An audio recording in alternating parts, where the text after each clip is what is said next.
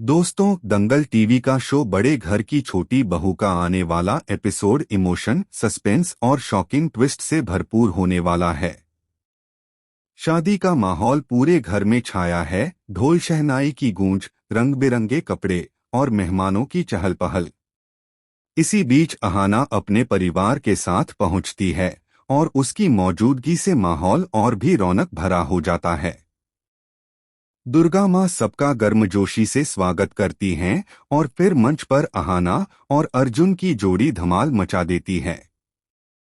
उनके dance performance से सब झूम उठते हैं, दूल्हा भी थिरकने लगता है और दुर्गा माँ अपनी बहू की हिम्मत व प्रतिभा पर गर्व से भर जाती हैं।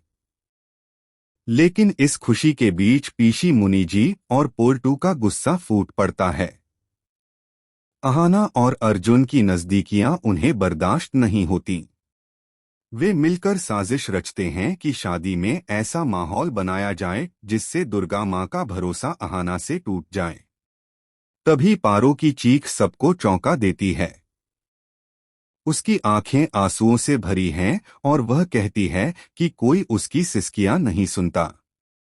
रात में अहाना पारो को समझाती है कि अगर खुशियां चाहिए तो उसे नाटक करना होगा।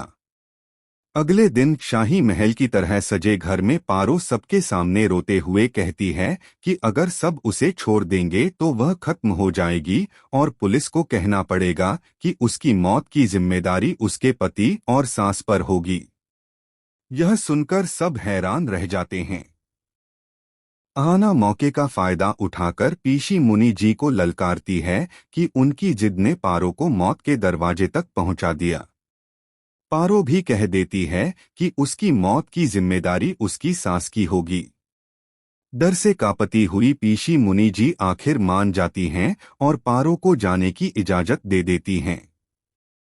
आना पारो को संभालती है और उसके चेहरे पर हल्की मुस्कान आ जाती है, मानो यही उसकी चाल थी। दुर्गा माँ सब देखती हैं और समझ जाती हैं कि अहाना ने पारो को बचा लिया, हालांकि उनके मन में गुस्सा और गर्व दोनों हैं। दूसरी ओर पोल्टू और बुआजी अपनी साजिश जारी रखते हैं। पोल्टू चारों को धमकाता है और मोहल्ले में अफवाह फैलाता है कि अहाना ने घर बिगाड़ दिया। लेकिन पारो अब चुप नहीं रहती और खुलकर कहती है कि पोल्टू रोज उसे यातना देता है। इसी बीच अहाना को एक बड़ी कंपनी से नौकरी का ऑफर मिलता है। वह दुर्गा माँ को बताती है, जो गर्व से उसे गले लगाती हैं। अर्जुन भी खुश होकर अहाना को गले लगाता है। यह देखकर पीशी मुनि जी और बुआ जी की जलन और बढ़ जाती है। अर्जुन पूछता है कि वह इतने बड़े कदम क्यों उठाती है, तो अहाना जवाब देती है कि सच्चाई और हक के लिए लड़ना उसका फर्ज है। अब सवाल यह है कि क्या पोल्टू और बुआ जी की साजिश दुर्गा माँ का भरोसा अहाना से तोड़ पाएगी? क्या अहाना और अर्जुन का रिश्ता इन तूफानों के बीच और मजबूत होगा? क्या पारो अपनी हिम्मत बनाए रख पाएगी? और क्या अहाना